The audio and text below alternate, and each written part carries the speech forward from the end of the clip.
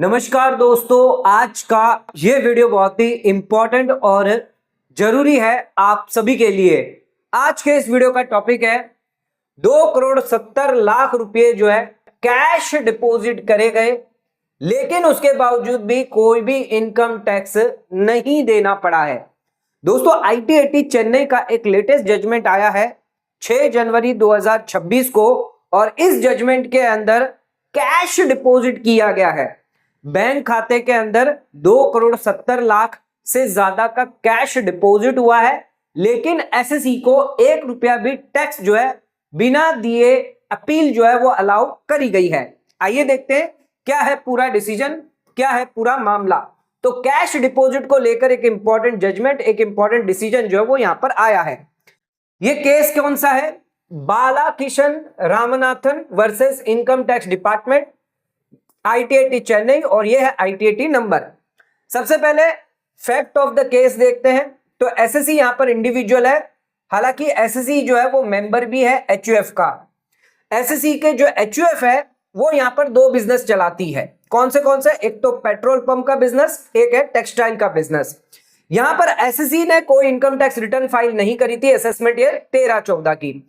Income tax department ने notice किया कि लार्ज कैश डिपॉजिट हुआ है, अराउंड कैश जो है इंडिविजुअल के अकाउंट में यानी बैंक अकाउंट में 2,70,00,000 का कैश डिपॉजिट किया गया है, और इनकम टैक्स रिटर्न भी फाइल नहीं करी। तो एसएससी को यहां पर नोटिस भेजा गया, और यहां पर जो है 148 के अंदर नोटिस इशू किया गया। अब एओ ने यहां पर क्या कहा? एओ ने देखा टोटल बैंक क्रेडिट, बैंक का जो डिपॉजिट साइड है वो यहां पर 2,70,00,000 रुपए दिखा रहा है। एओ ने ये मान लिया कि ये जो पैसा है वो अनडिस्क्लोज इनकम है, क्योंकि एसएससी ने कोई भी इनकम टैक्स रिटर्न फाइल नहीं करी। एओ ने यहां पर 8% प्रॉफिट जो है वो अप्लाई कर दिया।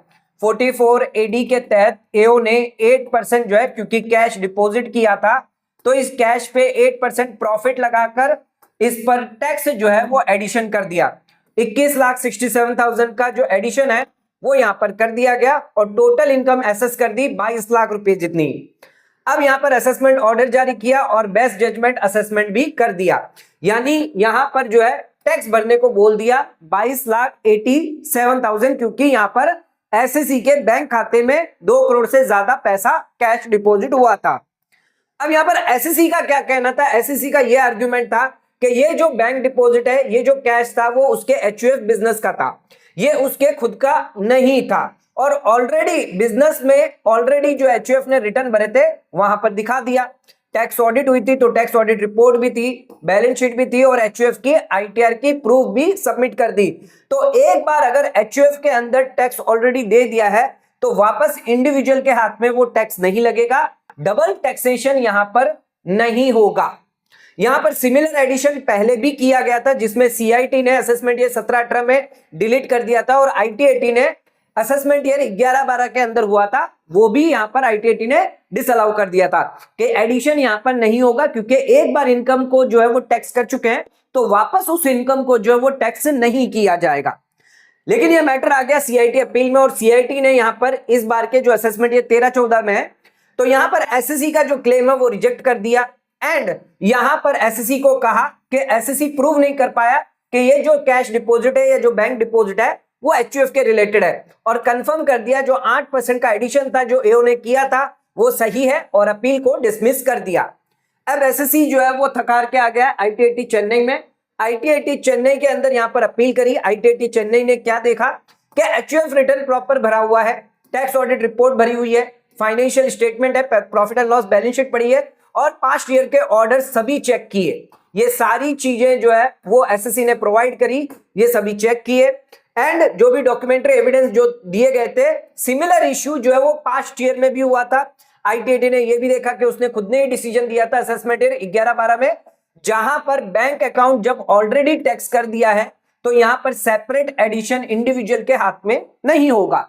जब एचयूएफ के अंदर इनकम सारी दिखा दी गई है, बिजनेस टर्नओवर दिखा दिया गया है, तो वापस वही चीज जो है वो आप इंडिविजुअल के खाते में, अगर पैसा सिर्फ पैसा ही डिपॉजिट हुआ है जबकि ऑलरेडी वो टैक्स करके आया हुआ है। फाइनल डिसीजन यहां पर आईटीएटी ने ये दिया है, आईटीएटी ने सीआईटी का जो ऑर्डर था उसको सेट असाइड कर दिया, मैटर वापस एओ को भेजा वेरिफिकेशन करने के लिए।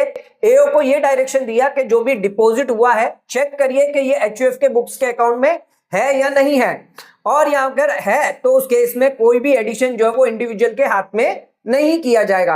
एसएससी को यहां पर कॉपरेट करना पड़ेगा, जो भी डिटेल एओ द्वारा मांगी जाएगी वो यहां पर सबमिट करना मैंडेटरी है। अपील यहां पर जो है वो अलाउ करी गई, फाइनल कोई भी टैक्स यहां पर नहीं बना। आउटकम्स ये आया, एओ को जो है वो वेरिफिकेशन करना होगा, वापस चेक करना होगा कि एचयूएफ के बुक्स ऑफ अकाउंट में क्या उतना ही पैसा दिख रहा है या नहीं दिख रहा है। अगर दिख रहा है तो कोई भी यहां पर टैक्स लायबिलिटी इंडिविजुअल को नहीं आएगी। तो सेम इनकम पर वापस 2 बार टैक्स नहीं किया जा सकता। इनकम अगर एचयूएफ के बिलोंग है तो वो इंडिविजुअल के हाथ में टैक्सेबल नहीं होगी। बैंक अकाउंट में नाम इतना इनफ नहीं होता, रियल ओनरशिप देखी जाती है कि इनकम मैटर किसका है, यानी इनकम जो है वो कैश है, वो इनकम ऑलरेडी किसकी है। अगर वो एचयूएफ की है और एचयूएफ ने उस पर टैक्स दे दिया है तो यहां पर इंडिविजुअल के हाथों में टैक्स नहीं किया जाएगा। तो आईटी ने फाइनल जजमेंट दिया कि bank transaction already consider in HUF assessment, no addition individual assessment. तो इंडिविजुअल असेसमेंट में कोई एडिशन नहीं होगा। तो आईटी ने यहां पर एसएससी को प्रोटेक्ट किया, डबल टैक्सेशन से बचा लिया। ऑर्डर जो है वो यहां पर दिया एओ को वेरीफाई करने के लिए कि इनकम जो है वो एचयूएफ के बिलोंग होनी चाहिए। तो यहां पर फाइनल जो जजमेंट दिया गया, 2,70,00,000 रुपए कैश डिपॉजिट किए गए थे इंडिविजुअल के खाते में, लेकिन टैक्स जो है वो यहां पर बिल्कुल भी नहीं देना पड़ा, क्योंकि ऑलरेडी ये जो पैसा था वो एचयूएफ की इनकम मान ली गई थी एंड उस पर टैक्स भी पेड हो चुका था। तो अगर आप पैसा कैश डिपॉजिट करते हैं, प्रॉपर सोर्स प्रूफ करते हैं, प्रॉपर डॉक्यूमेंट अगर आपके पास है, तो कभी भी इनकम टैक्स डिपार्टमेंट आप पर टैक्स नहीं लगा सकता। तो ये भी एक केस है जहां पर कैश डिपॉजिट किया गया, 2 करोड़ से ज्यादा का कैश था, तो यहां पर 1 रुपए का भी टैक्स एडिशन नहीं हुआ है।